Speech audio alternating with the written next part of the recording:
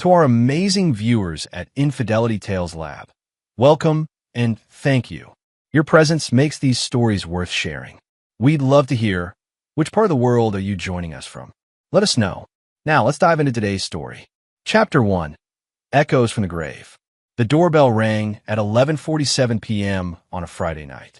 Dominic Russo finished his glass of bourbon, annoyed at the late-night intrusion. His spacious Portland home was his sanctuary, a place where he maintained perfect control since the tragedy. 5 years of building walls around himself. 5 years of redefining his existence. He opened the door to find a uniformed police officer, cap in hand, bearing the solemn expression Dominic had seen once before on the worst night of his life. "Mr. Russo? I'm Officer Patrick Sullivan." Dominic nodded, a strange dread building inside him. "Your wife and son have been taken to the ER after a serious car accident," the officer said at my door. Dominic froze. "But they died 5 years ago," he replied. The officer looked just as confused. "What did you say?" he asked. Dominic's mind raced through impossible scenarios. A mistake. A cruel prank. A case of mistaken identity. "There must be some mistake," Dominic said, his voice flat with disbelief. "My wife Elena and my son Noah died in a boating accident at Lake Champlain. I identified their bodies myself." Officer Sullivan consulted his notepad. "Sir, the woman's ID says Elena Russo. The boy calls himself Noah Russo. They were in a silver Honda Accord that was T-boned at 4th and Lincoln. She asked specifically for you." Dominic's pulse thundered in his ears. The bourbon glass slipped from his fingers, shattering on the hardwood floor. Without bothering to clean it up, he grabbed his keys. "Portland General?" he asked, already moving toward his Audi. "Yes, sir." Dominic drove like a man possessed, his thoughts fragmenting and reforming like shards of glass. The funeral, the closed caskets, the insurance payout, the grief counseling, the months of emptiness. When he arrived at the emergency room, he approached the front desk with a strange calm that belied the storm within. "I'm here about Elena and Noah Russo," he said. The nurse directed him to trauma room 3. With each step down the sterile hallway, Dominic felt as though he were walking through a dream. He pushed open the door, and when he saw what was inside that room, he lost all words and his body trembled with rage. Elena lay on the hospital bed, her face bruised but unmistakably hers. Beside her, a teenage Noah, taller and older than the 10-year-old boy Dominic had buried, sat holding her hand. Next to him stood a man Dominic had never seen before, his arm protectively around Noah's shoulders. "Dom," Elena whispered, her voice hoarse. "I can explain." The unknown man stepped forward. "Mr. Russo, I'm Richard Palmer. I think we should talk outside." Dominic didn't move, his eyes fixed on his supposedly dead wife and son. The room temperature seemed to drop 10 degrees as the initial shock gave way to something far more dangerous. "Noah," he said quietly, "step outside." "His name is Travis now," Richard blurted out. "Travis Palmer." Dominic's gaze shifted to the stranger, cataloging every detail of the man's face. Richard Palmer, early 40s, athletic build, the kind of man who had never faced true violence. Dominic would remember that face. "Dad," Noah/Travis said uncertainly, looking to Richard. "It's okay," Richard assured him. "Go wait in the hall." When the boy left, Dominic spoke with a controlled precision that made both Elena and Richard flinch. "You have exactly 60 seconds to tell me why I shouldn't call the police right now." "You can't," Elena said quickly. "Dom, please. We had no choice." 50 seconds. Richard stepped forward. "Look, Mr. Russo, I understand you're upset." 40 seconds. Elena struggled to sit up. "You were changing, Dom. After what happened with Wexler Construction, you became someone I didn't recognize. The threats, the guns in the house. That night you came home covered in blood." "That wasn't his blood," Dominic said coldly. "Thorpe tried to attack me. I defended myself. You put 3 men in the hospital." Elena cried. "The police were investigating you. Noah was having nightmares. We were afraid of you." Dominic's face remained impassive, but his eyes burned with recognition. "So you fake your deaths." "How?" Richard looked uncomfortable. I work for WITSEC, Witness Protection. Not officially, of course. This was off the books. The boating accident, Dominic said, piecing it together. The bodies they found were already deceased, Richard admitted. Jane and John does from the morgue. Dental records were switched. I had connections. You let me bury strangers thinking they were my family, Dominic said, his voice devoid of emotion. We had to make it convincing, Elena pleaded. You'd never have stopped looking otherwise. And now? Dominic asked. Why show up now? The car accident wasn't planned, Richard explained. When they brought Elena in, she was unconscious. Travis, Noah, gave the doctors his real name in a panic. The hospital found your contact information as next of kin. Dominic nodded once, processing all of this with disturbing calmness. Dom, Elena said, reaching for his hand. I know this is a shock, but maybe this is a second chance. We could. Dominic stepped back from her touch. Does he make you happy? He asked, gesturing toward Richard. Elena hesitated, then nodded. Good, Dominic said, because from this moment forward, you're both truly dead to me. He turned and walked out, passing Noah in the hallway without a glance. The boy called after him, but Dominic didn't stop or turn around. In his car, Dominic sat perfectly still, hands resting on the steering wheel. He felt a strange clarity washing over him. For 5 years, he'd channeled his grief into building his security consulting business, Defense Protocol, becoming one of the most respected and feared names in the industry. 5 years of mourning ghosts who were living comfortably with new identities. 5 years of nightmares and therapy and blame. Dominic started the engine his decision made. They would all pay for this betrayal. Not quickly, not obviously, but thoroughly. He pulled out his phone and dialed a number he hadn't used in years. It's Russo, he said when the line connected. I need your services. It's about a resurrection. Chapter 2, The Buried Truth. Dominic's private office at Defense Protocol occupied the entire top floor of a nondescript building in downtown Portland. Floor-to-ceiling windows offered a panoramic view of the city, though the glass was specially treated to prevent outside surveillance. This had been his domain for 3 years, built from the ashes of his previous life. Lydia Hayes, his executive assistant, looked up from her desk as he entered. The Yoshida contract is on your desk for final approval. And Dr. Mercer called again about your missed appointment. Dominic ignored both items. Clear my schedule for the next 2 weeks. Family emergency. Lydia raised an eyebrow, but knew better than to pry. In the 4 years she'd worked for Dominic, he'd never once mentioned family. Already done, came a voice from Dominic's office doorway. Felix Novak leaned against the doorframe, arms crossed. At 6'4" with a shaved head and a network of scars across his knuckles, Felix had been Dominic's right hand since they'd served together in Army Special Forces. There was nothing Felix wouldn't do for Dominic, and they both knew it. The hospital records are scrubbed. Felix continued once they were alone in Dominic's office.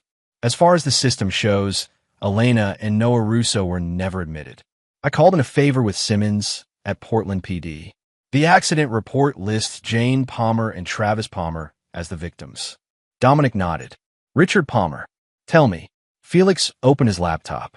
Richard Andrew Palmer, 44.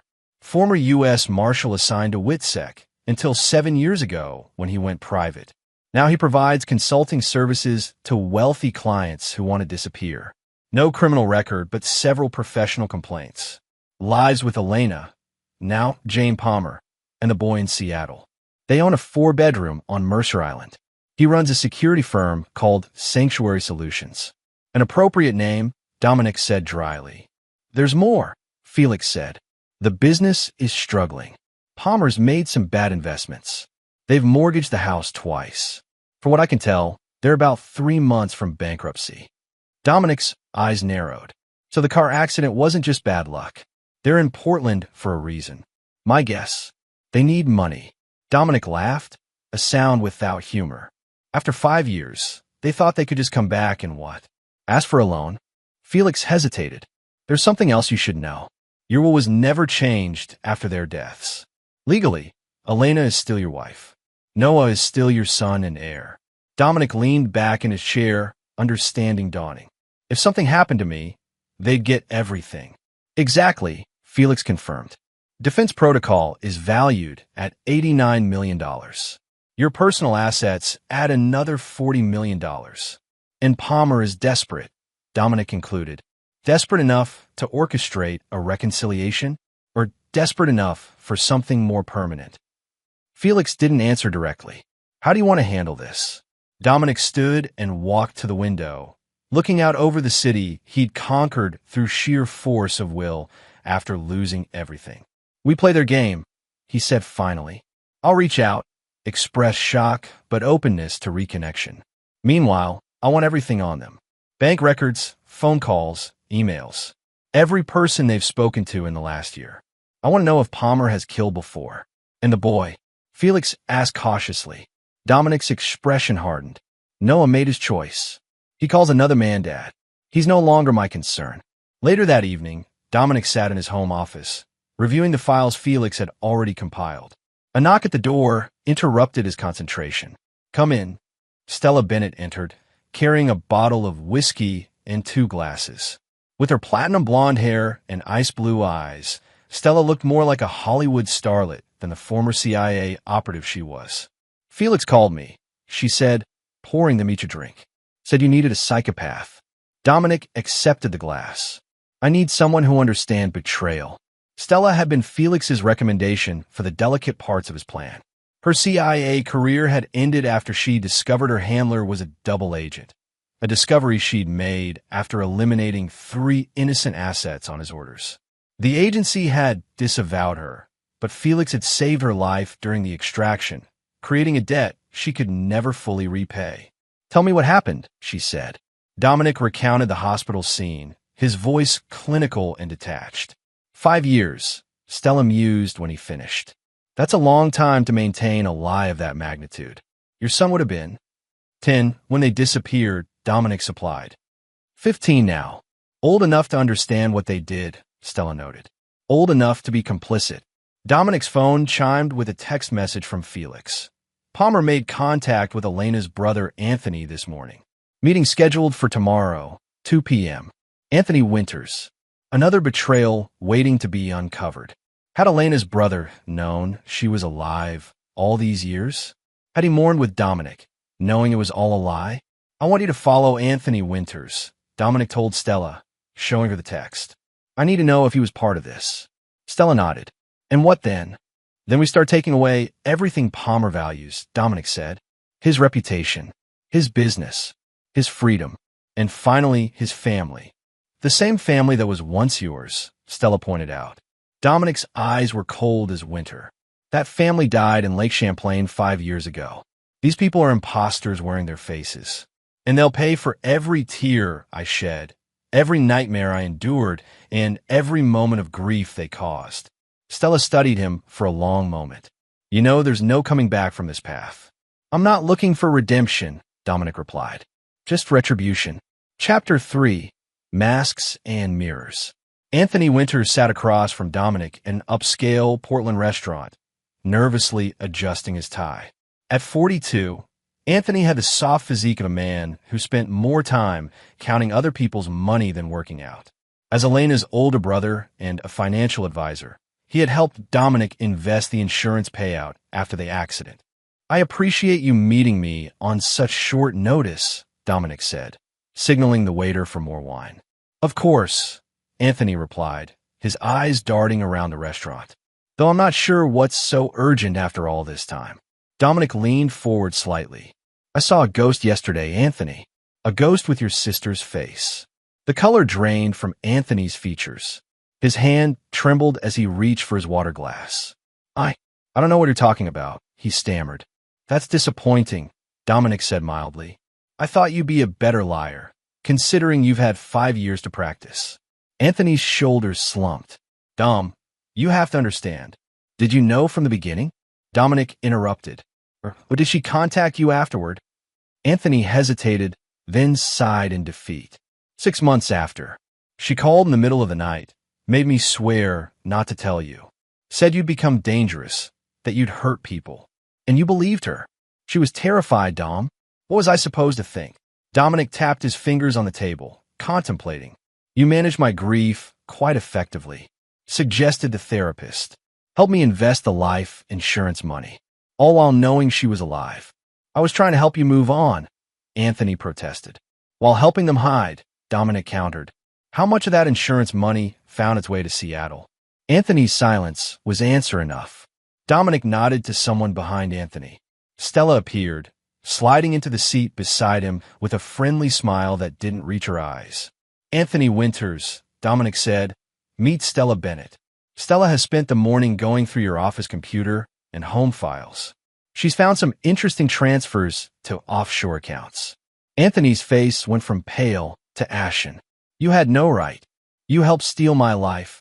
Dominic cut him off.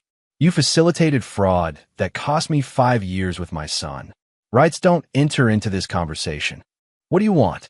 Anthony whispered. Dominic slid a folder across the table. Inside is a script. You will call Richard Palmer and say exactly what's written here. You will then arrange a meeting with Elena, alone, at the location specified. If you deviate from the script in any way, Ms. Bennett will ensure that certain financial irregularities in your practice come to the attention of the SEC. Anthony opened the folder with shaking hands. This is insane.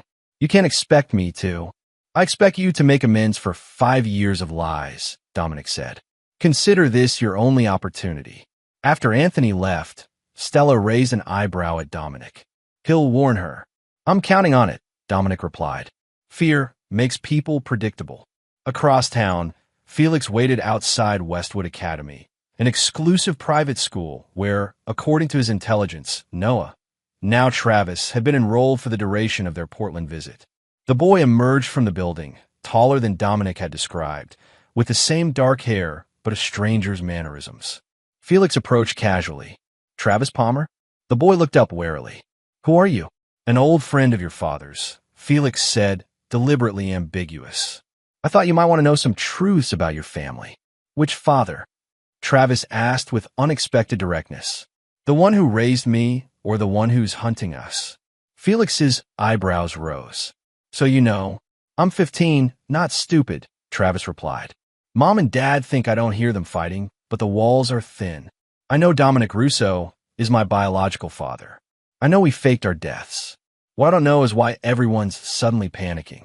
Felix studied the boy with newfound interest. Want to find out? Meanwhile, Dominic stood in his home gym, systematically demolishing a punching bag with precise, devastating blows. Each strike released a fraction of a rage he kept carefully contained. The phone rang. Dominic stepped back from the bag, checking the caller ID before answering. Dr. Mercer, he acknowledged. I'm afraid I'll need to reschedule again. This is the third cancellation, Mr. Russo, his therapist said. May I ask what's going on? Dominic toweled off, considering how much to reveal. Dr. Helen Mercer had been his therapist since the accident, one of the few people who had seen him at his most vulnerable. The dead have returned, Doctor, he said finally. My wife and son are alive. A long pause.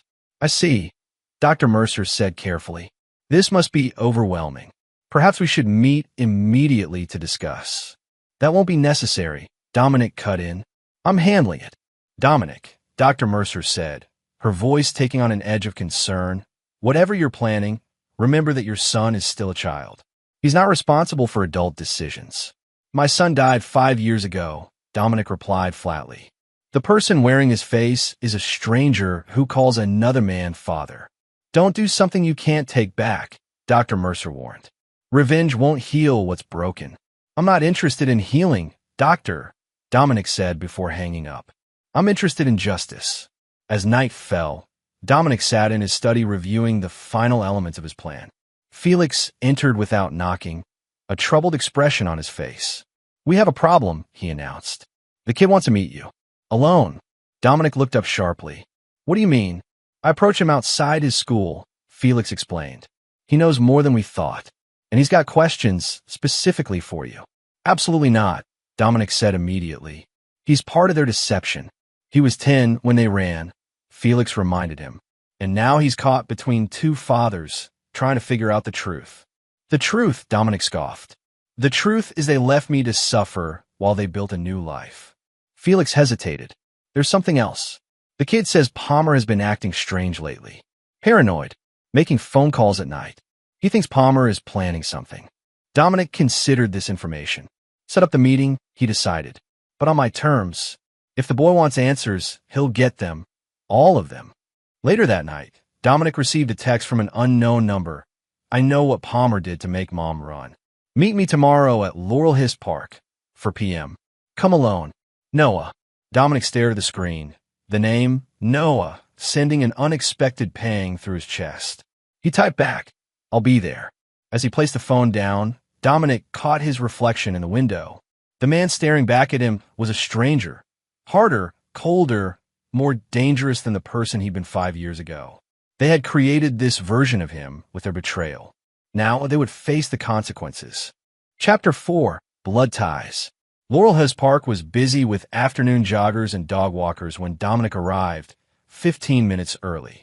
He selected a bench with clear sight lines in all directions, noting every entrance and exit path.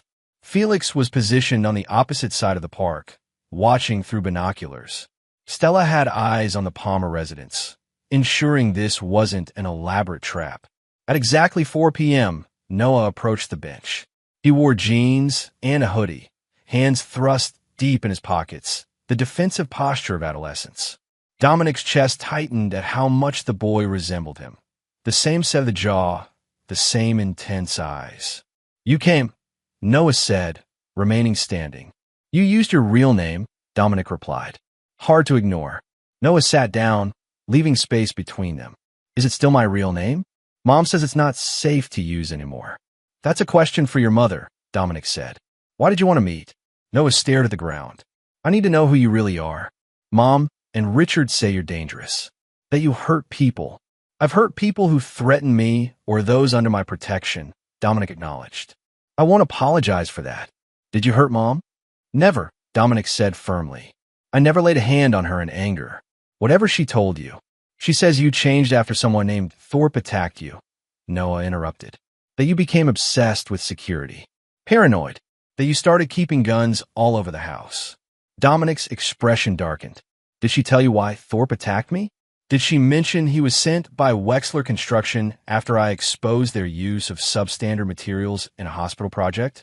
Materials that would have collapsed during an earthquake, killing hundreds. Noah looked up, confusion evident. No. Did she tell you that Thorpe had a knife?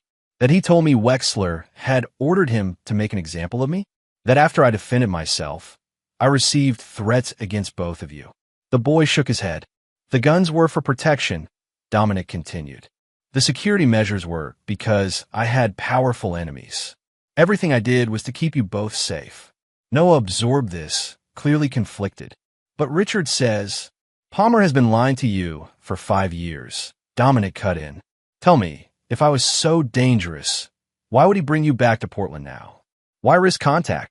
He said it was time to reconnect, Noah replied hesitantly. That holding on to the past was unhealthy. Dominic laughed coldly. Palmer's company is failing. He's deeply in debt. Did you know that? You're lying, Noah said, but uncertainty clouded his eyes. Am I? Dominic pulled out his phone, showing the boy financial records Felix had obtained. Sanctuary Solutions is 3 months from bankruptcy. Your house on Mercer Island has 2 mortgages.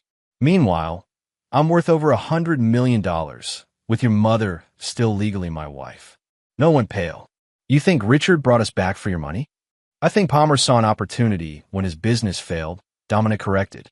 What better contingency plan than a wealthy man who still legally has a family he thought was dead? That's insane, Noah protested. Richard loves us. Perhaps, Dominic conceded. But ask yourself this. If he truly believed I was dangerous, why expose you to that danger now, after 5 safe years? Why not divorce me legally while maintaining your new identities? Noah had no answer, his teenage certainty crumbling under the weight of adult complexity. There's something else, Dominic added. Something you should know about the night before your deaths. What? Your mother was having an affair with Palmer, Dominic said bluntly. I found hotel receipts, text messages. When I confronted her, she denied everything. The next day, you were both dead. Noah stood abruptly. You're trying to turn me against them. I'm giving you facts, Dominic countered. What you do with them is your choice. But ask yourself who really betrayed whom. As Noah turned to leave, Dominic added, "The night you died, I was reading Harry Potter to you. You fell asleep before I finished the chapter. I promised I'd continue the next night. That promise haunted me for 5 years." Noah hesitated, a flicker of recognition in his eyes. "The Prisoner of Azkaban," he said quietly. Chapter 7. Their eyes met, a moment of genuine connection bridging the chasm of years and lies. "My number is in your phone," Dominic said. "If you want the rest of the truth, call me." After Noah left, Felix joined Dominic on the bench. "The kid seems confused. He's been lied to his entire life," Dominic replied. "By the time I'm finished, he'll know exactly who to trust." That evening, Richard Palmer paced their rented condo, furious. "You let him go alone? After everything I've told you about Russo?" Elena watched him with growing unease. Noah insisted, and Dom would never hurt him. "You don't know what Russo is capable of." Richard exploded. "He's not the man you married anymore. These past 5 years have hardened him. Defense Protocol isn't just a security company. They're mercenaries, Elena. They operate in war zones, doing things that never make the news. If he's so dangerous, why did you insist on coming back to Portland?" she challenged. "Why risk exposure?" Richard's expression shifted, becoming guarded. "You know why. It's time Noah knew his real father. After spending 5 years convincing him Dominic was a monster." Elena shook her head. "Something doesn't add up, Richard." Before he could respond, Noah burst in. "Were you sleeping with Richard while you were still married to my father?" The room went silent. Richard and Elena exchanged guilty glances that told Noah everything he needed to know. "Noah, it wasn't like that," Elena began. "Stop lying to me." Noah shouted. "My entire life is built on lies. Dominic showed me proof of everything. The bankruptcy, the mortgages, the timing of our deaths." Richard stepped forward, hand outstretched. "Son, I'm not your son," Noah spat. "And I'm starting to wonder if you ever saw me as anything more than a way to control my mother." "That's enough." Richard grabbed Noah's arm. "Russo is manipulating you. He's a dangerous man who—" "Who what?" Noah demanded, pulling away. "Who exposed dangerous building practices? Who is threatened and attacked for doing the right thing? Or are you going to lie about that too?" As the argument escalated, Noah stormed to his room, slamming the door. Through the wall, he heard Richard's voice rising, Elena's pleading responses, and then a sound he'd never heard before, the sharp crack of a slap. Horrified, Noah crept to his door, opening it a crack to see his mother holding her reddened cheek, tears streaming down her face, while Richard loomed over her. "Look what you've done," Richard hissed.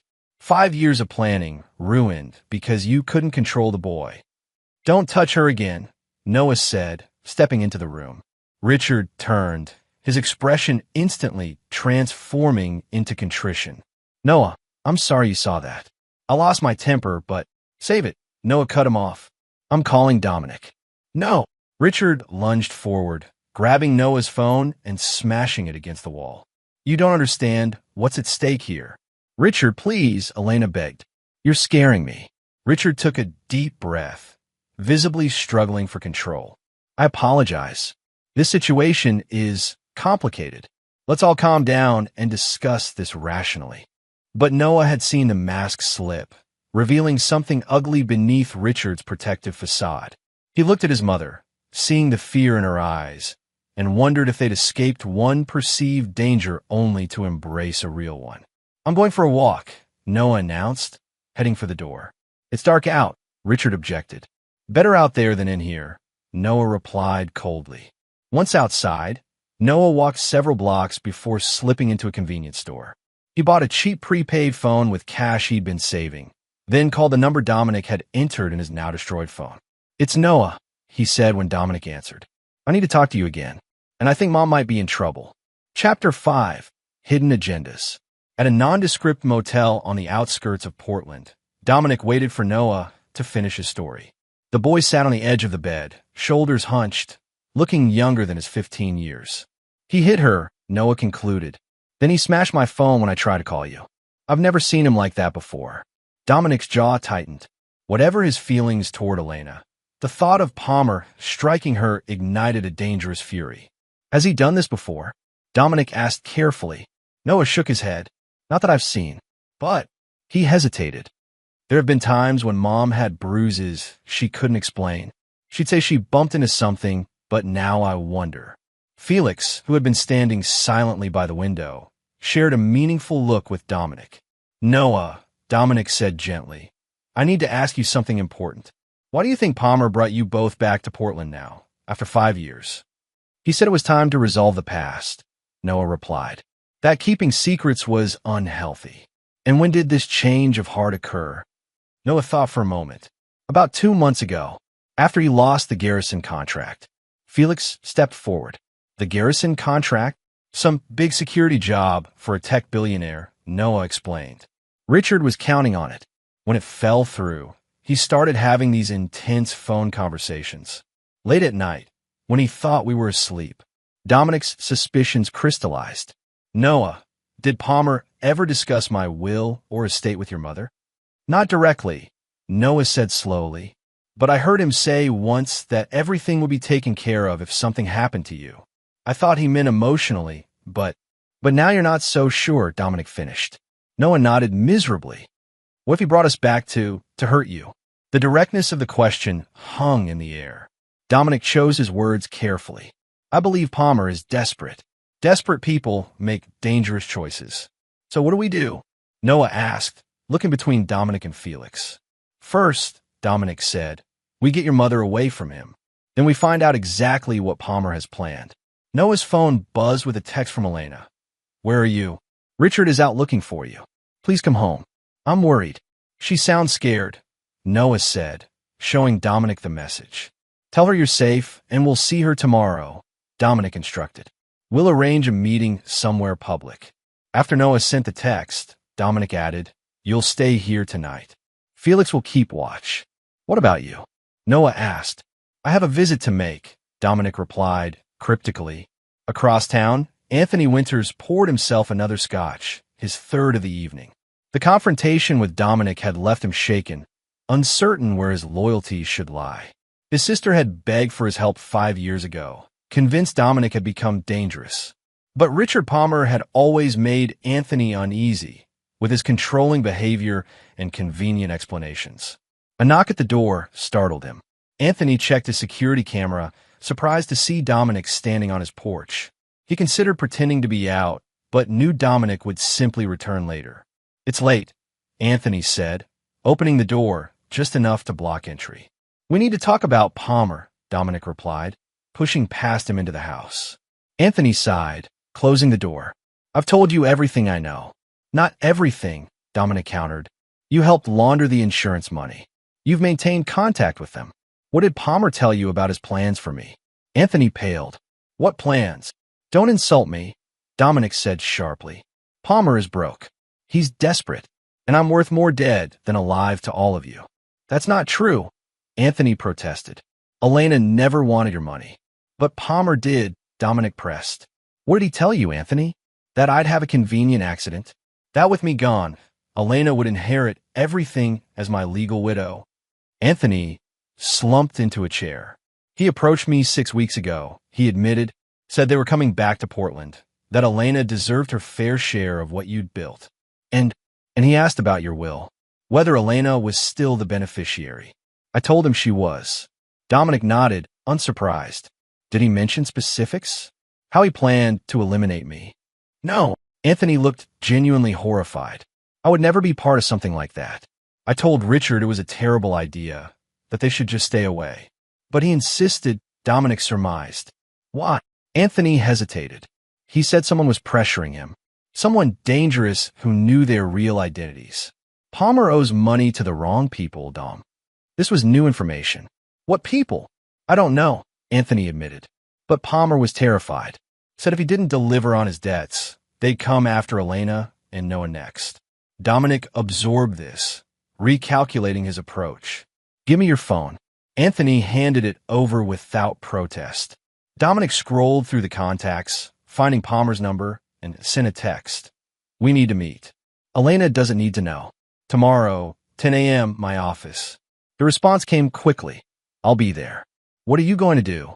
Anthony asked nervously. Dominic handed the phone back.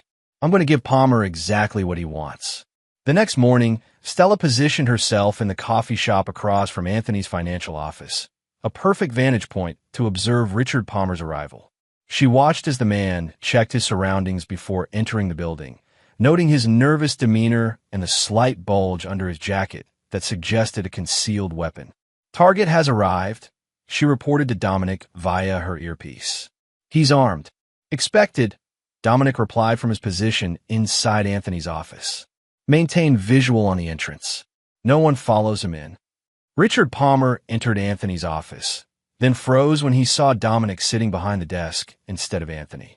Where's Winters? Palmer demanded, hand drifting toward his concealed weapon. I wouldn't, Dominic advised calmly. There's a sniper across the street with a clear shot through that window. Felix was force recon. He doesn't miss. Palmer's hand stilled, though his eyes darted to the windows. Sit down, Dominic instructed. We have matters to discuss. Palmer remained standing. I have nothing to say to you. Not even about the people pressuring you. The ones threatening Elena and Noah if you don't pay your debts. That got Palmer's attention. He slowly lowered himself into a chair. Anthony talks too much. Anthony wants to protect his sister, Dominic countered.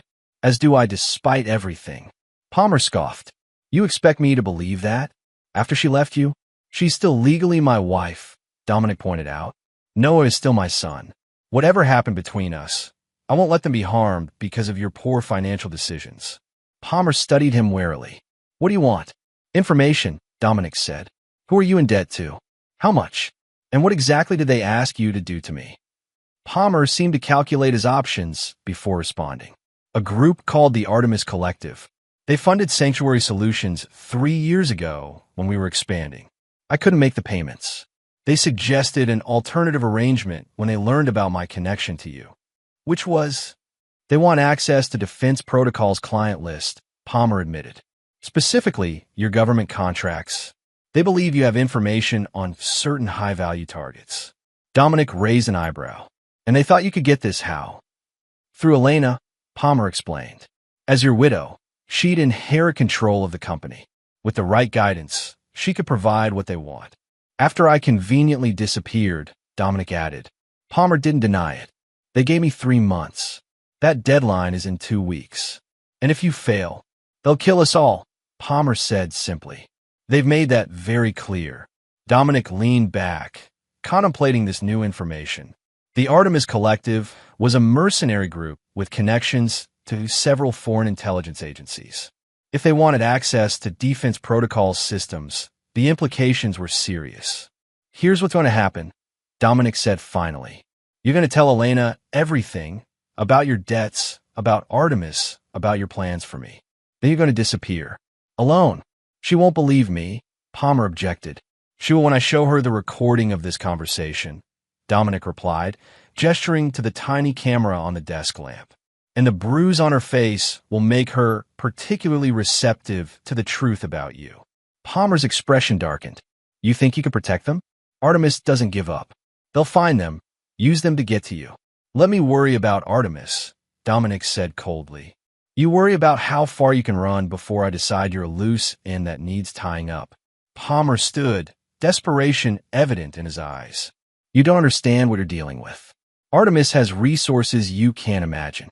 So do I, Dominic replied. The difference is I don't hide behind women and children.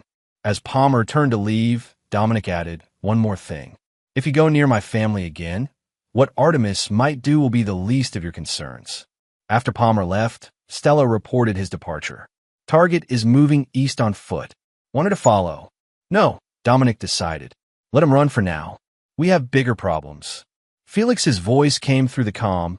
Noah just called. Palmer returned to the condo, packed a bag, and left after a heated argument with Elena. She's asking to see you. Bring her to the safe house, Dominic instructed. And tell Noah we're moving to Phase 2. Chapter 6, Trust No One. The safe house was a lakeside cabin an hour outside Portland.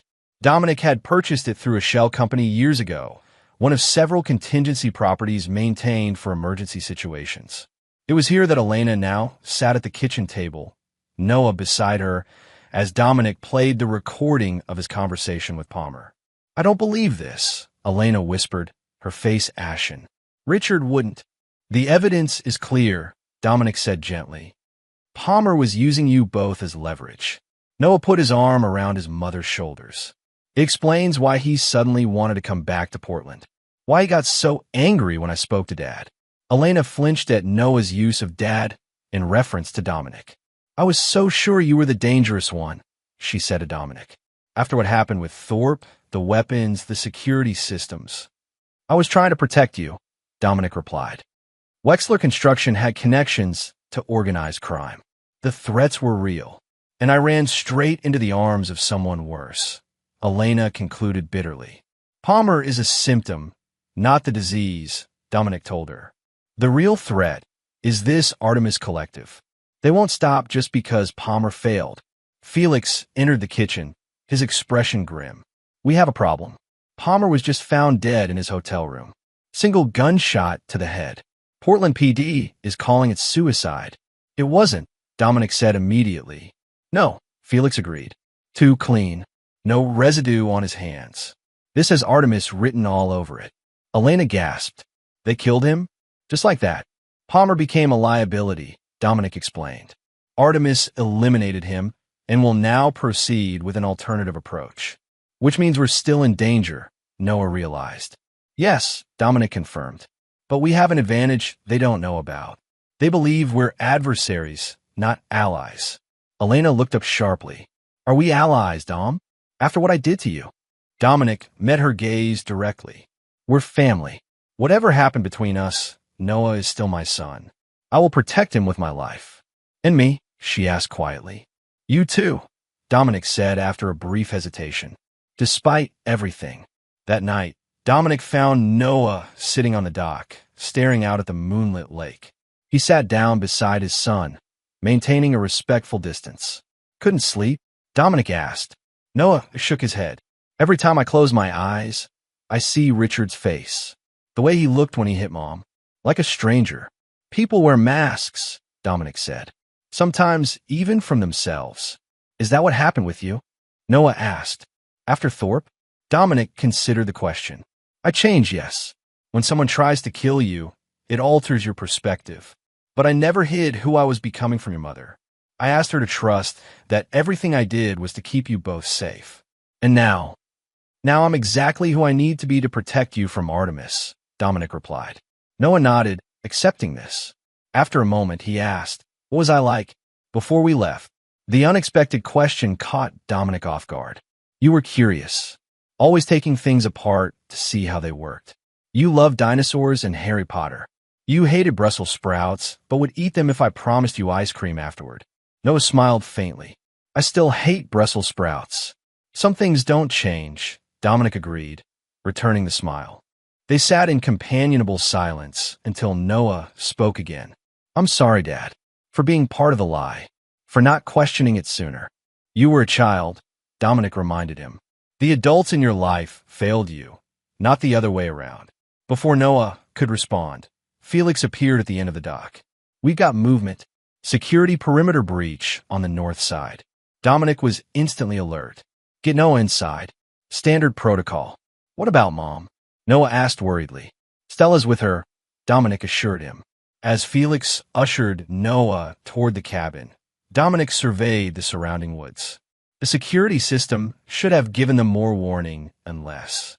"Felix," he called quietly, "check Stella's last check-in time." Felix consulted his phone. 40 minutes ago. She should have reported in twice since then. Dominic drew his sidearm. "Change of plans. Get to the car. We're leaving now." Inside the cabin, they found Stella unconscious on the living room floor, a dart protruding from her neck. Elena was nowhere to be seen. "Tranquilizer," Felix confirmed, checking Stella's pulse. "She's alive." "Where's Mom?" Noah demanded, panic rising in his voice. Dominic discovered a note on the coffee table. "We have the woman. Exchange her for defense protocol access codes. Instructions to follow. Involve authorities and she dies." "Artemis has her," Dominic told Noah grimly. "But this doesn't make sense. How did they find us so quickly? Noah's face went pale. Oh no, Mom's phone. She was texting someone while you and Felix were setting up the security system. Who? Dominic demanded. I thought it was her friend Christina, Noah said. But what if it was Richard? What if he told them where we were before they killed him? Dominic nodded, the pieces falling into place. Palmer gave them our location as insurance. If he failed, they'd still have a way to get what they want. We have to save her. Noah insisted. We will, Dominic promised. But not by giving Artemis what they want. That would only ensure none of us survive. Felix carried Stella to the couch. What's the play, Dom? We need to take the fight to them, Dominic decided. Make them regret targeting my family. How? Noah asked. Dominic pulled out his phone. By calling in every favor I'm owed. Artemis wants Defense Protocol's resources. Let's show them exactly what those resources can do. Within an hour, Dominic had assembled a virtual war council. 6 faces appeared on the secure video conference. Former military operators who now worked for Defense Protocol on high-risk contracts around the world. Artemis has my wife. Dominic informed them without preamble. I need their Portland operation neutralized within 24 hours. Marcus Reynolds, a former Delta operator who ran Defense Protocol's West Coast Division, spoke first. We've been tracking Artemis for months. They have a compound outside Gresham. Looks like a tech startup campus, but it's a front. Defenses? Felix asked. Standard private security protocol. 20 guards, rotating shifts. Security system by Halcyon. Nothing we can't handle. This is a domestic operation, Dominic reminded them. We need to stay under the radar. Not a problem, Marcus assured him. We have 3 teams within striking distance. We can position them as corporate security consultants conducting a scheduled audit. Dominic nodded. Good. I want eyes on that compound within 3 hours. Full tactical assessment. If they're holding Elena there, I want to know exactly where. As the operators acknowledged their orders, Noah watched with growing amazement. They all work for you? He whispered to Dominic. They work with me, Dominic corrected. Most of them I've served with or saved at some point. Loyalty goes both ways in our business. After the call ended, Felix approached with another concern. What if Artemis isn't holding her at the compound? They could be using her as bait. Almost certainly, Dominic agreed. Which is why we're not going to do what they expect. What's the plan? Noah asked. Dominic placed a hand on his son's shoulder. First, we get you somewhere safe. Then Felix and I are going hunting. No, Noah said firmly. I'm not hiding while Mom is in danger. I want to help. Dominic studied his son's determined expression, seeing his own stubborn resolve reflected back at him. It will be dangerous, he warned. She's my mother, Noah replied simply. And you're my father. I belong with you. Dominic exchanged a look with Felix, who gave a slight nod of approval. All right, Dominic decided, but you follow orders without question. Understood. Yes, sir, Noah agreed, standing straighter.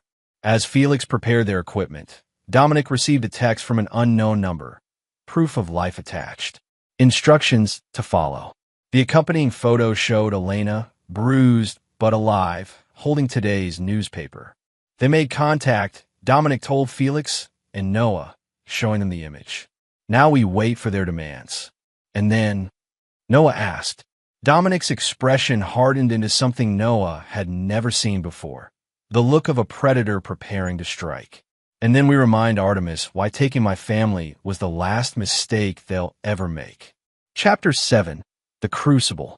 The Artemis Collective's Portland compound sat on 20 acres of forested land outside Gresham, surrounded by an 8-foot security fence topped with razor wire. From their observation point half a mile away, Dominic studied the facility through high-power binoculars. Security patrols every 15 minutes, he noted. 2-man teams, rotating clockwise. Felix checked his watch. Marcus and his team should be in position on the east perimeter. Noah, dressed in tactical black like Dominic and Felix, watched the compound with intense focus. In the 6 hours since Elena's abduction, Dominic had given him a crash course in tactical movement and basic weapons handling. The boy had absorbed everything with surprising aptitude. Are we sure Mom's in there? Noah asked quietly. Heat signatures indicate 17 people inside the main building, Dominic replied. One person isolated in the subterranean level. That's likely your mother. Felix's earpiece crackled. Marcus reports all teams in position. Ready on your mark. Dominic nodded, then turned to Noah. Remember the plan? You stay with Felix at all times. If I give the evacuation order, you go immediately, no arguments. I remember, Noah assured him. But I'm not leaving without Mom. We all leave together, Dominic promised, though his eyes told a different story, one of calculated risks and necessary sacrifices. Their planning was interrupted by Dominic's phone vibrating. The screen displayed a message from Artemis. Defense protocol access codes to be delivered via secure upload. You have 1 hour. Verification call with Mrs. Russo to follow. Non-compliance will result in termination. They're getting impatient, Felix observed. Good, Dominic replied. Desperation leads to mistakes. He typed a response. Need proof of life via video call before proceeding. The reply came quickly. Video call in 10 minutes. Prepare access codes. Dominic checked his specialized tablet. Marcus, initiate Operation Blacklight. We need a signal trace on the upcoming video call. Copy that. Marcus acknowledged. Triangulation protocols standing by. When the video call connected, Elena appeared on screen, seated in a sterile white room. Her left eye was swollen. A cut on her lip had crusted with dried blood, but her gaze remained defiant. You have 60 seconds, said a modulated voice from off-camera. Are you hurt? Dominic asked Elena. Nothing serious, she replied, her voice steady. Dom, don't give them what they want. They're going to. A hand appeared, slapping her hard enough to snap her head to the side. Noah lunged forward involuntarily, but Felix held him back. That's enough, Dominic said coldly. You've made your point. The access codes, the voice demanded. Upload them now. I need assurances, Dominic countered. Release protocols, exchange location. You're not in a position to negotiate, Mr. Russo. Dominic's expression remained impassive. Neither are you. Defense protocol systems have biometric safeguards. Without my physical presence at a secure terminal, the codes are useless. A pause, then what are you suggesting? A direct exchange. Me for her.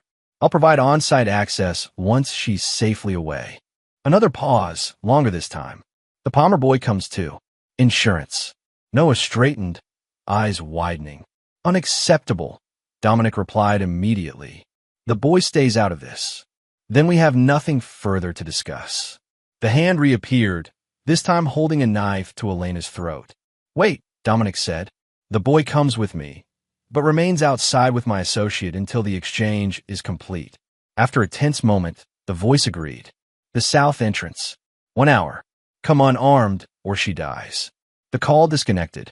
Got it, Marcus reported triumphantly. Signal traced to the northeast quadrant of the compound, sub-basement level. That's not where the heat signature showed the isolated person, Felix pointed out. They're moving her, or showing us what they want us to see, Dominic countered. Either way, we proceed as planned. Marcus, status on Blacklight. All defense protocol systems have been isolated and secured, Marcus confirmed. Ghost protocols active. Whatever they think they're accessing will be a monitored simulation. Noah looked between them. You're really going to give yourself up? I'm going to give them what they expect, Dominic corrected. A desperate father willing to sacrifice himself for his family. While we execute the real plan, Felix added with a grim smile. An hour later, a black SUV approached the south entrance of the Artemis compound. Dominic drove, with Noah in the passenger seat and Felix hidden in the cargo area beneath a false panel. As they reached the gate, 2 armed guards approached. Hands where we can see them, one guard ordered. Exit the vehicle slowly. Dominic and Noah complied, raising their hands as they stepped out. You'll be searched before entering, the guard informed them, professionally patting them down. The boy waits here with Hansen. You come with me. Dominic nodded to Noah, a silent reminder of their plan. I'll be back with your mother. Do exactly as they say. Noah maintained his frightened expression, playing his role perfectly. Please don't hurt my dad, he pleaded to the guards. The guard named Hansen chuckled. That depends on your father's cooperation, kid. Inside the compound, Dominic was escorted through a series of security checkpoints. memorizing the layout and personnel positions as they progressed deeper into the facility. They eventually reached a secure elevator that descended to the sub-basement. Mr. Russo greeted a tall, elegantly dressed woman as the elevator doors opened. "I'm Diana Warren, Operational Director for Artemis Portland. Thank you for being reasonable. Where's my wife?" Dominic demanded. "All in good time," Warren replied. "First, the access codes and biometric verification." She led him to a room containing a computer terminal. "Our technical team has prepared this station to connect securely with defense protocol servers. Once you've provided full access, Mrs. Russo will be released." Dominic approached the terminal cautiously. "I want to see her first." Warren considered this, then nodded to an assistant who activated a wall monitor. The screen showed Elena in a different room than before, still restrained but apparently unharmed. "Satisfied?" Warren asked. "For now," Dominic replied, sitting at the terminal. He began typing, entering a complex series of commands that appeared to be unlocking defense protocol systems, but were actually initiating the Blacklight Protocol, a sophisticated Trojan designed to infiltrate Artemis's network while appearing to grant them access. "Our technical team will verify these codes," Warren informed him, signaling to someone off-screen. "Of course," Dominic agreed, continuing his work. As he typed, a tiny indicator in the corner of the screen blinked 3 times. Felix's signal that the external teams were in position. Meanwhile, outside the compound, Noah waited beside Hansen, feigning nervousness as he counted down the minutes in his head. At precisely the arranged time, he stumbled slightly, bumping against the guard. "Watch it, kid," Hansen said irritably. "Sorry," Noah mumbled. "I don't feel so good." As Noah sagged against the SUV, Hansen stepped closer. "Hey, what's wrong with you?" The moment Hansen leaned in, the SUV's rear compartment burst open. Felix emerged in one fluid motion, incapacitating Hansen with a precision strike to the base of his skull. The second guard reached for his weapon, but collapsed as a tranquilizer dart struck his neck. 30 seconds before the camera loop is detected, Felix warned, retrieving their tactical gear from a vehicle. "Mask up." Noah pulled on a ballistic vest and tactical mask as Felix did the same. "Remember," Felix instructed, "stay behind me. Move when I move, stop when I stop." "Got it," Noah confirmed, adrenaline focusing his mind. Felix activated his comm, breaching team, execute. Across the compound, 3 synchronized explosions created diversionary breaches, drawing security personnel away from their primary target, the northeast quadrant where Elena was being held. In the sub-basement, Dominic heard the distant booms and saw Warren stiffen. "What was that?" she demanded. Dominic continued typing calmly. "Probably my team executing Operation Hellfire." Warren's expression hardened. "What have you done?" "Created a diversion," Dominic replied, suddenly striking with lightning speed. He grabbed Warren's wrist, twisting until something snapped, then pulled her against him as a human shield just as armed guards burst into the room. "Hold your fire." Warren gasped, her broken wrist pinned painfully behind her back. Dominic reached under the terminal, retrieving the weapon he'd palmed from Hansen during the initial pat-down, slipped to him by Noah during their stage goodbye. "Now," Dominic said conversationally as alarms blared throughout the facility, "let's discuss the real terms of our arrangement." Felix and Noah moved through the compound with practiced efficiency, benefiting from the chaos created by the diversionary breaches. Following Marcus's intelligence, they made their way to the northeast quadrant, encountering minimal resistance as most security personnel responded to the more obvious threats. 2 guards outside target room, Felix reported quietly as they took cover at the end of a corridor. "Noah, remember the flashbang procedure?" Noah nodded, showing no fear despite the gravity of the situation. "Cover ears, close eyes, count to 3. Felix handed him the device. "On my mark." As Felix engaged the guards, drawing their attention forward, Noah rolled the flashbang grenade down the hallway with perfect timing. The disorienting explosion gave Felix the advantage he needed to neutralize both guards without lethal force. "Clear," Felix announced, approaching the secured door. He connected a specialized device to the electronic lock, bypassing the security in seconds. When the door swung open, they found Elena bound to a chair, her eyes wide with shock at the sight of masked figures. "Mom, it's me," Noah said, pulling down his mask as Felix secured the room. "Noah," Elena gasped in disbelief. "What are you doing here?" "Saving you," he replied simply, working to free her restraints. "Dad has a plan." Elena looked between her son and Felix, clearly struggling to process the situation. "Where is Dom?" Creating a distraction, Felix explained, helping her stand once the restraints were removed. "Can you walk?" "Yes," she affirmed, though she winced when she put weight on her right ankle. "They didn't want to damage me too badly. Not until they got what they wanted." "Exit Route Delta," Felix instructed through his comm, package secured, proceeding to extraction point. As they made their way through the compound, Noah supported his mother while Felix cleared their path. They encountered two security teams but managed to avoid direct confrontation thanks to the continued chaos from multiple breaches. Almost there, Felix encouraged as they approached a service exit. "Transport is waiting 200 yards east." "What about Dom?" Elena asked, her concern evident. "Dad can take care of himself," Noah assured her. In the sub-basement, Dominic had turned the tables completely. With Warren as his hostage and the Blacklight protocol successfully deployed, he had access to Artemis's entire security system. "Your team is currently trapped in containment sectors 3 through 7, Dominic informed Warren as he reviewed the facility schematics on the terminal. "Meanwhile, Defense Protocol has assumed control of your external communications and security protocols." "This is insanity," Warren hissed. "Artemis has resources worldwide. You can't possibly." "Already have," Dominic cut her off. "While you were focused on me, my teams identified and secured all Artemis data centers across the country. Your operations are now an open book, including your client list, operational procedures, and financial holdings." Warren's face drained of color. "What do you want?" "First, confirmation that my family has been extracted safely," Dominic replied, checking a secure message on his phone. When he saw Felix's confirmation, he continued, "Now for the terms. Artemis will immediately cease all operations targeting Defense Protocol or anyone associated with me.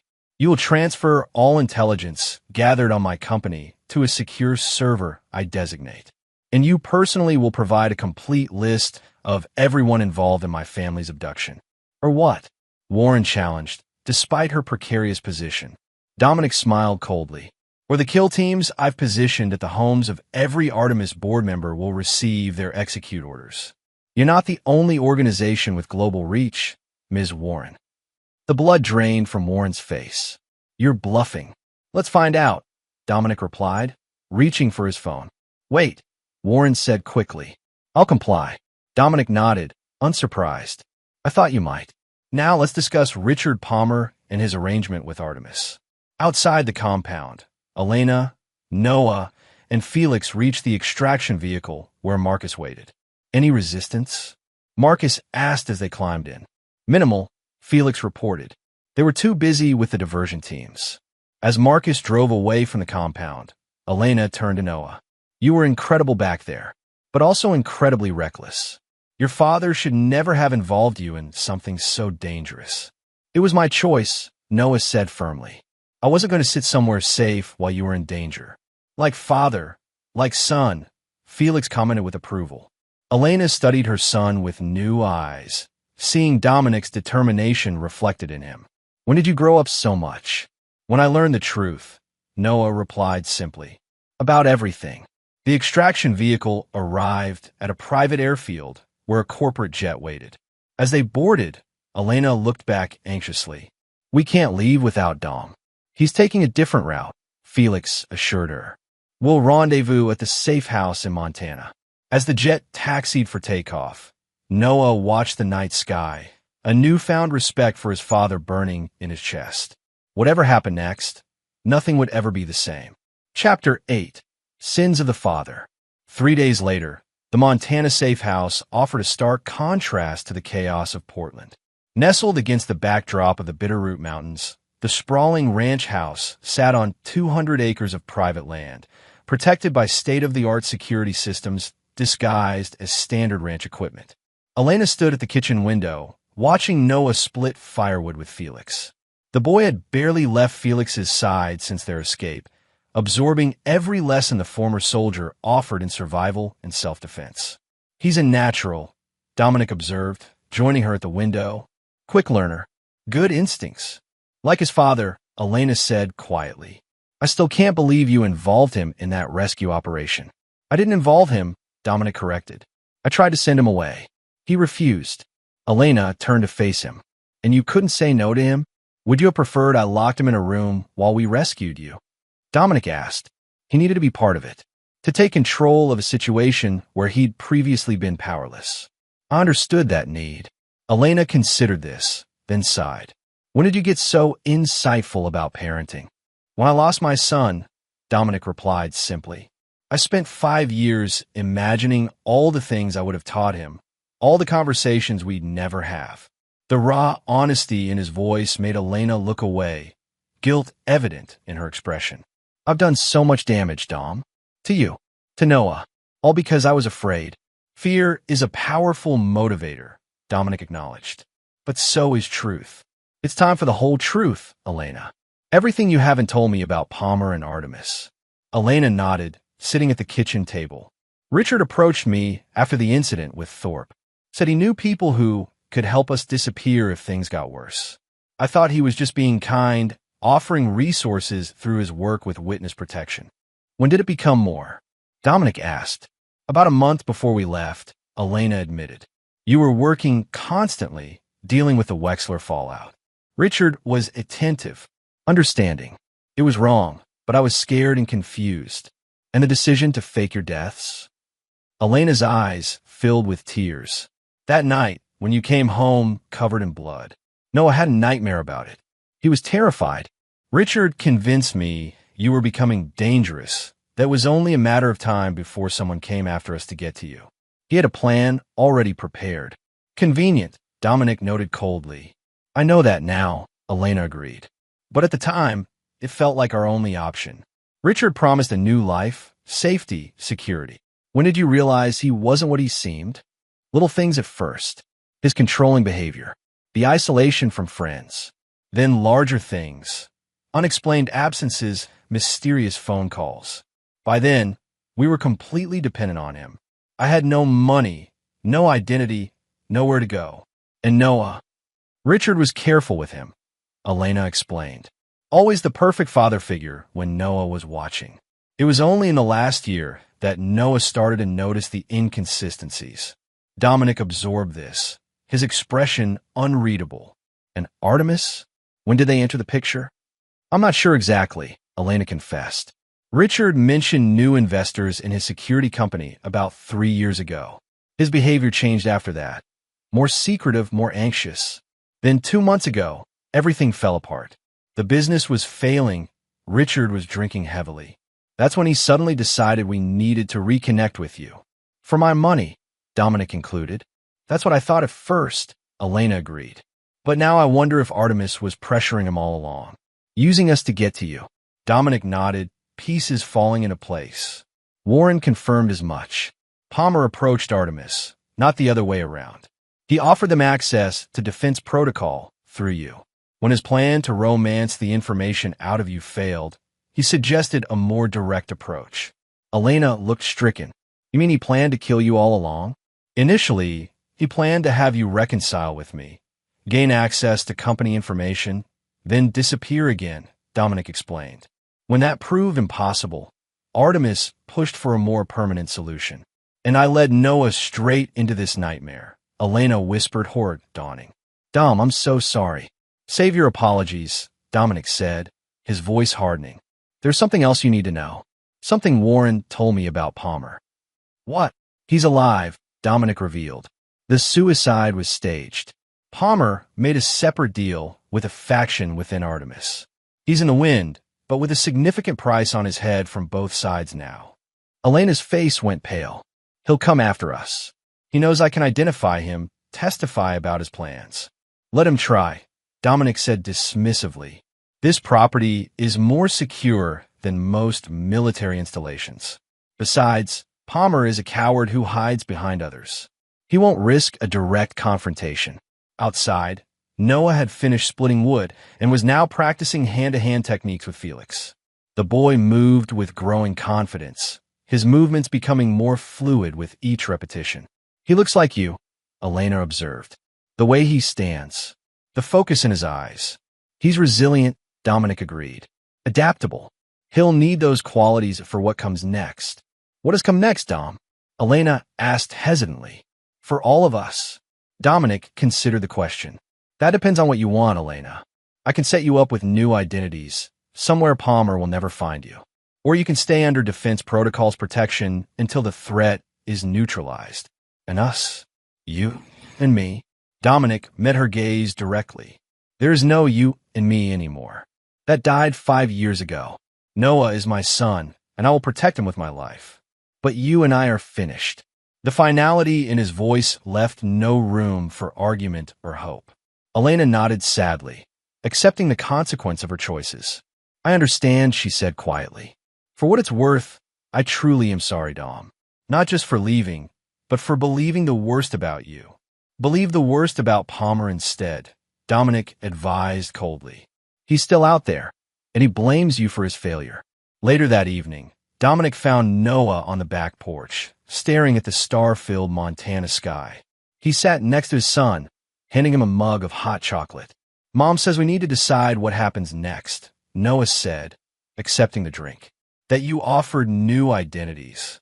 "It's an option," Dominic confirmed. "A safe one, especially for your mother." Noah turned to face him.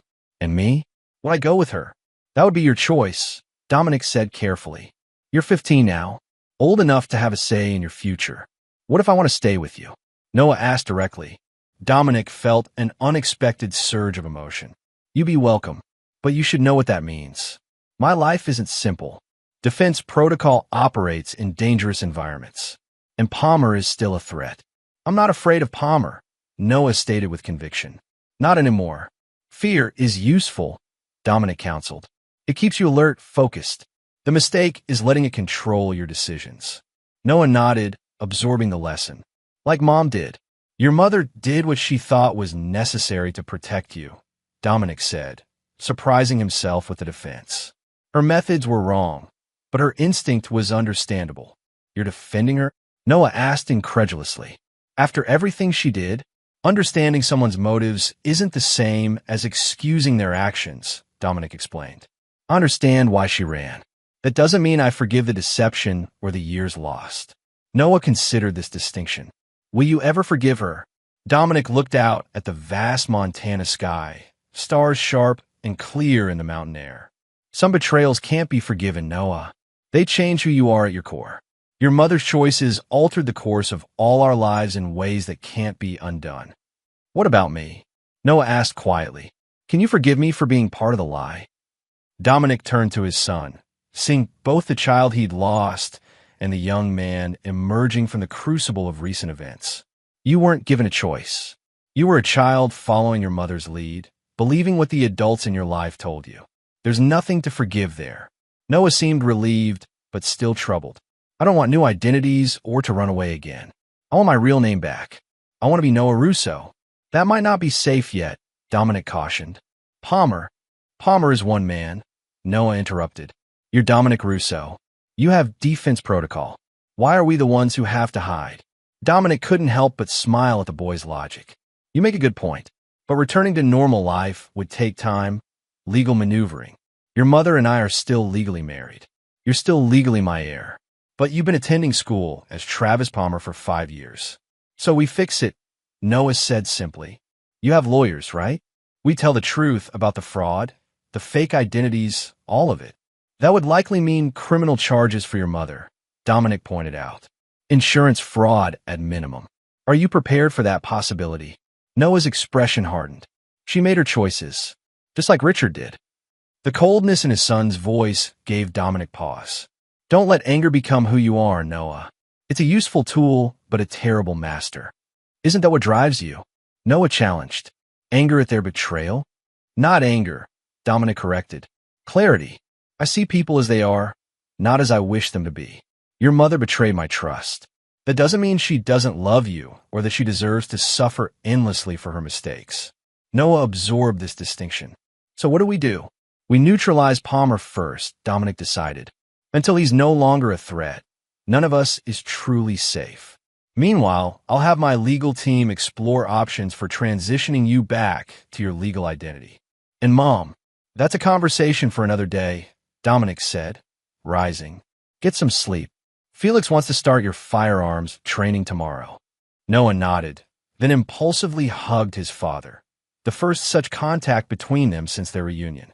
Dominic stiffened momentarily, then returned the embrace, a dam of emotion threatening to break within him.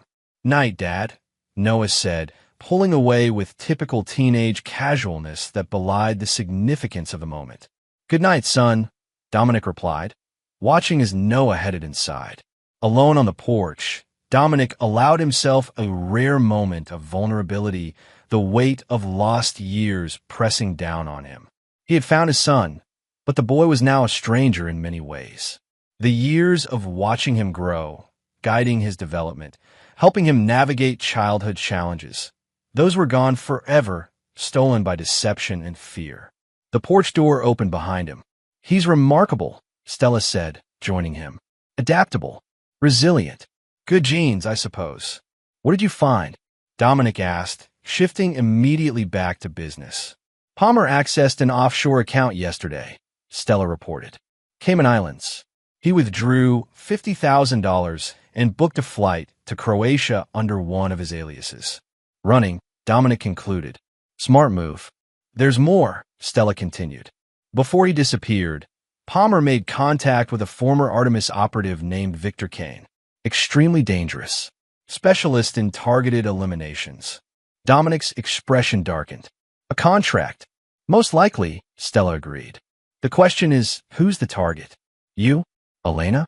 The boy? All of us, Dominic surmised. Palmer is desperate and cornered. His only play is to eliminate everyone who can testify against him. What's our move? Stella asked. Dominic's response was immediate and cold. We find Palmer first, and we end this. Inside the house, unknown to either of them, Noah stood in the shadows of the hallway, having returned to ask his father a question. He heard every word of their conversation, his young face hardening with resolve as he slipped back to his room, a plan already forming in his mind. Chapter 9, Blood and Ashes. The trap was set at an abandoned textile factory on the outskirts of Bozeman. Dominic had chosen the location carefully, isolated enough for privacy, structured enough for strategic advantage, and close enough to the ranch to maintain secure communications. Are we sure he'll come? Felix asked, checking the thermal imaging cameras they'd positioned throughout the facility. Palmer's not stupid. He has to know it's a setup. He'll come, Dominic replied confidently. Not because he's stupid, but because he's desperate. The information we've accidentally leaked suggests Elena is here, isolated and vulnerable. His new employers want her silenced before she can testify about Artemis operations. And they want you dead on principle, Stella added, calibrating her sniper rifle in the factory's upper gallery. 2 birds, 1 stone. Dominic nodded.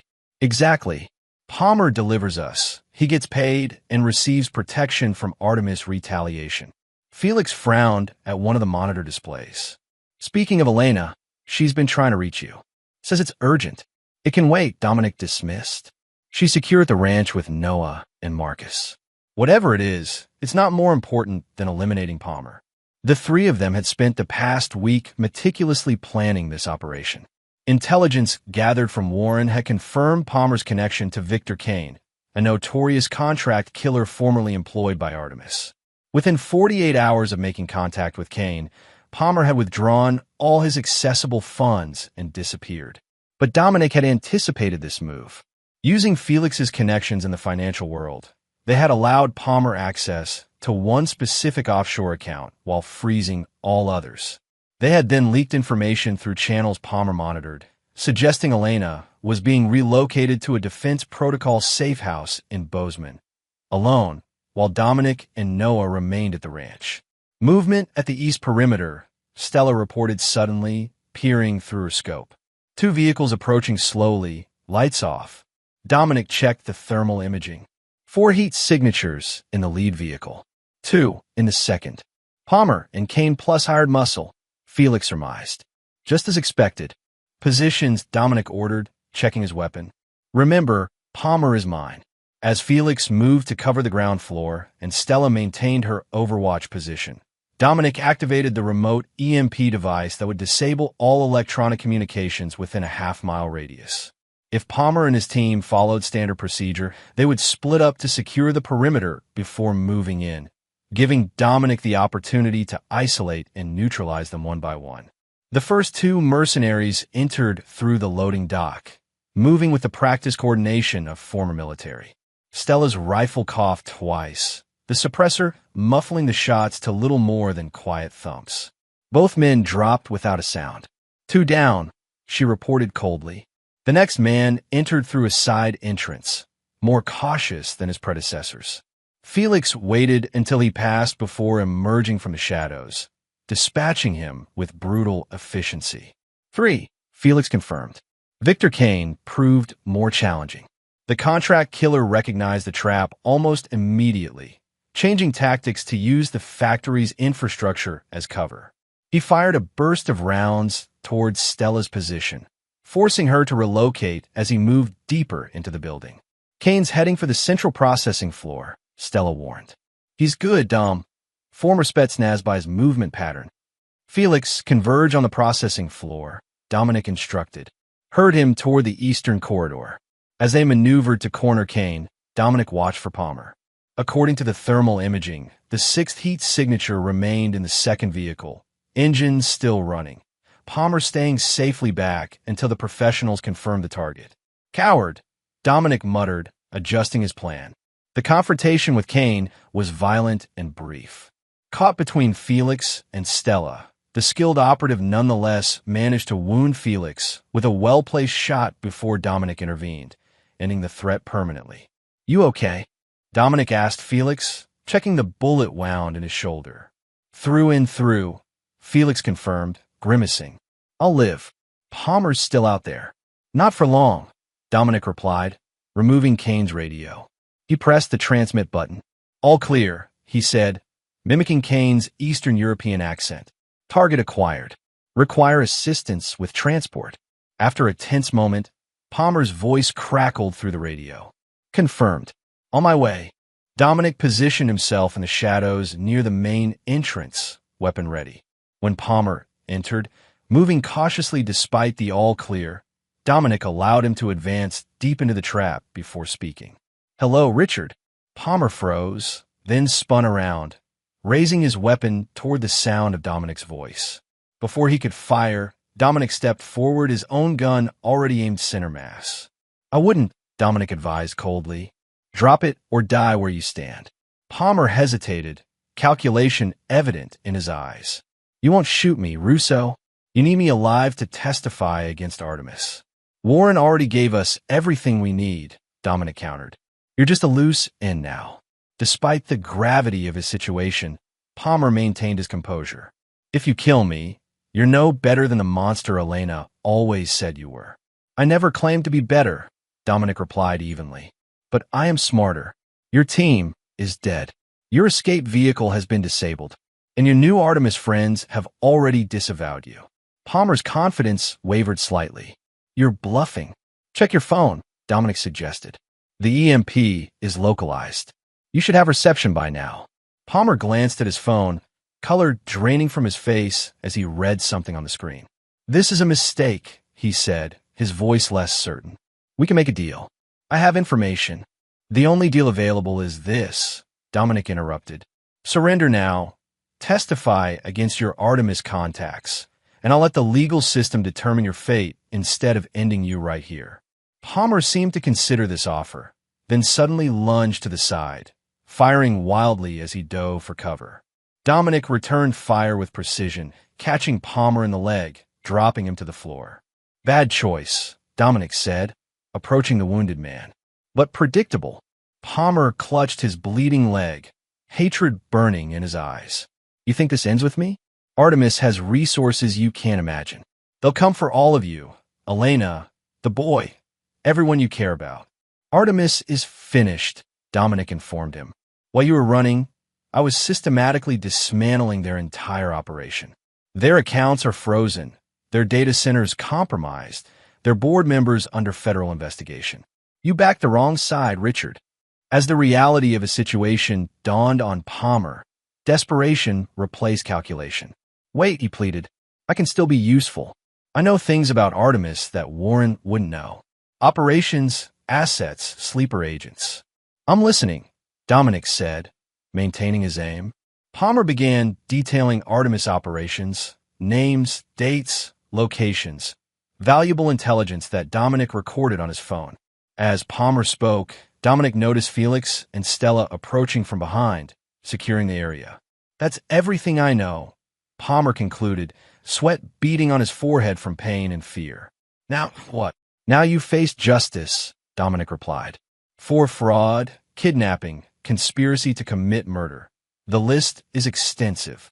Palmer laughed bitterly. Justice? There's no justice in this world. Rousseau. Only power and those willing to use it. You know that better than anyone. You're right about one thing, Dominic acknowledged. Power matters, and you've lost yours. Before Palmer could respond, a new voice spoke from the darkness. Is that him? Is that Richard?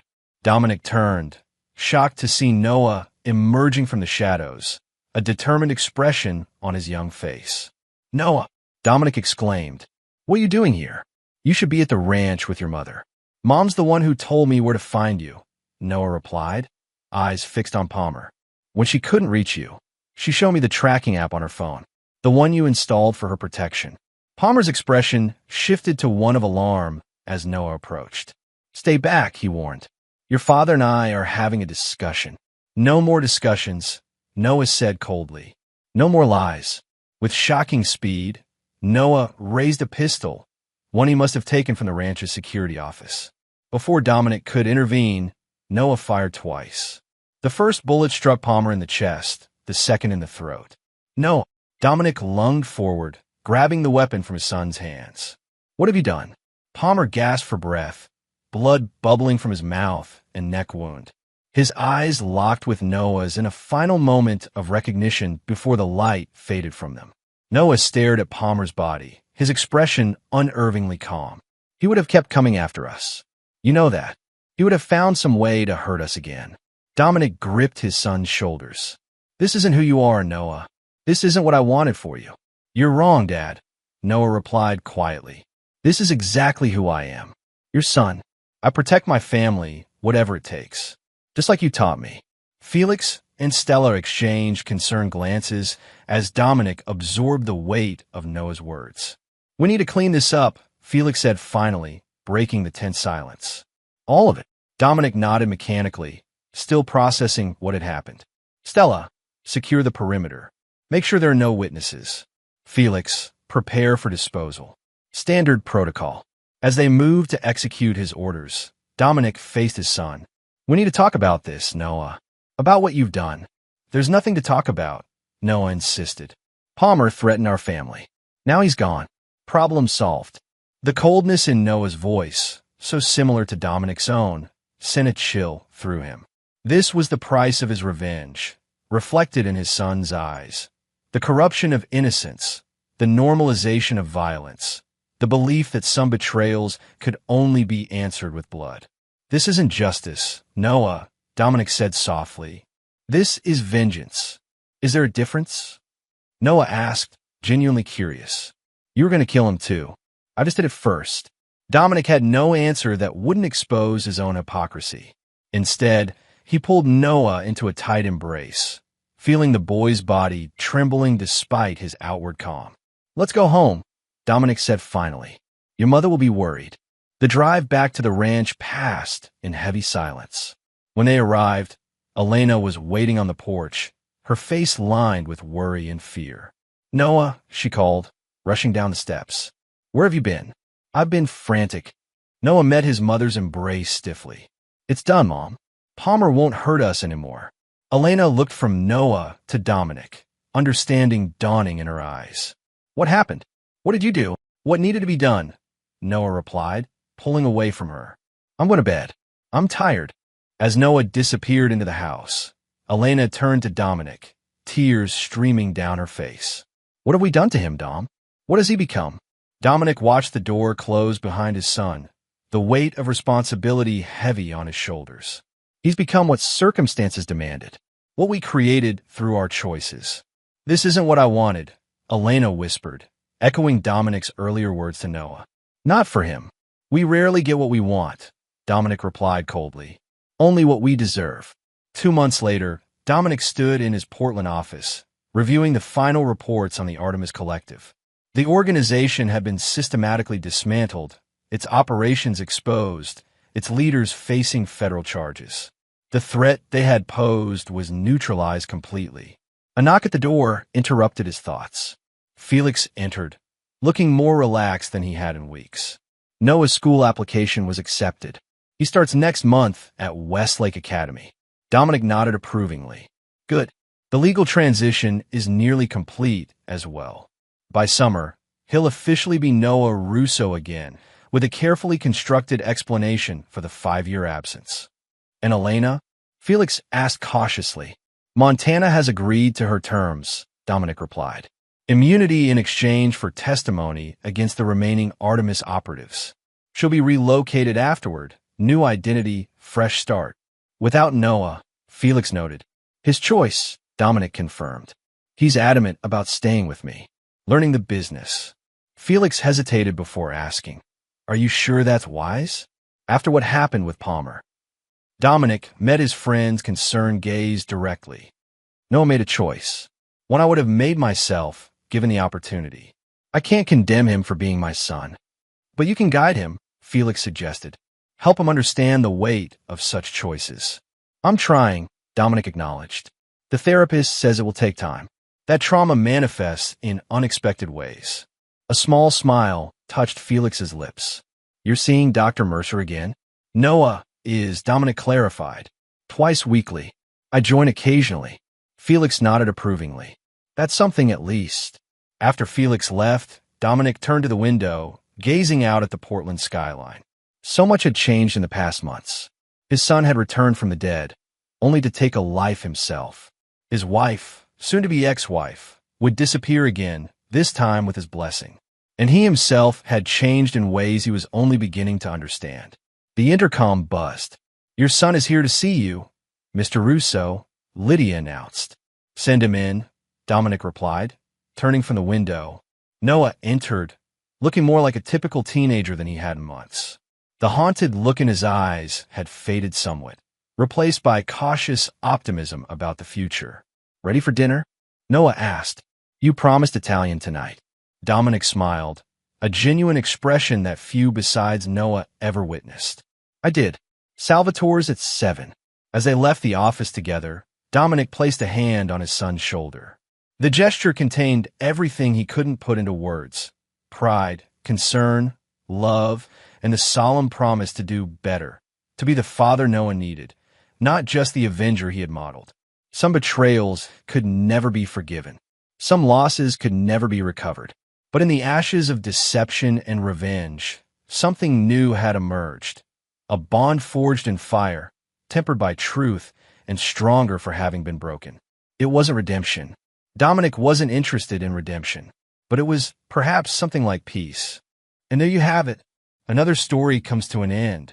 What did you think? I'd love to hear your thoughts in the comments below. If you enjoy this story, consider joining our community by subscribing. It means the world to us. For more stories like this one, check out the recommended videos on screen. And I'll see you there.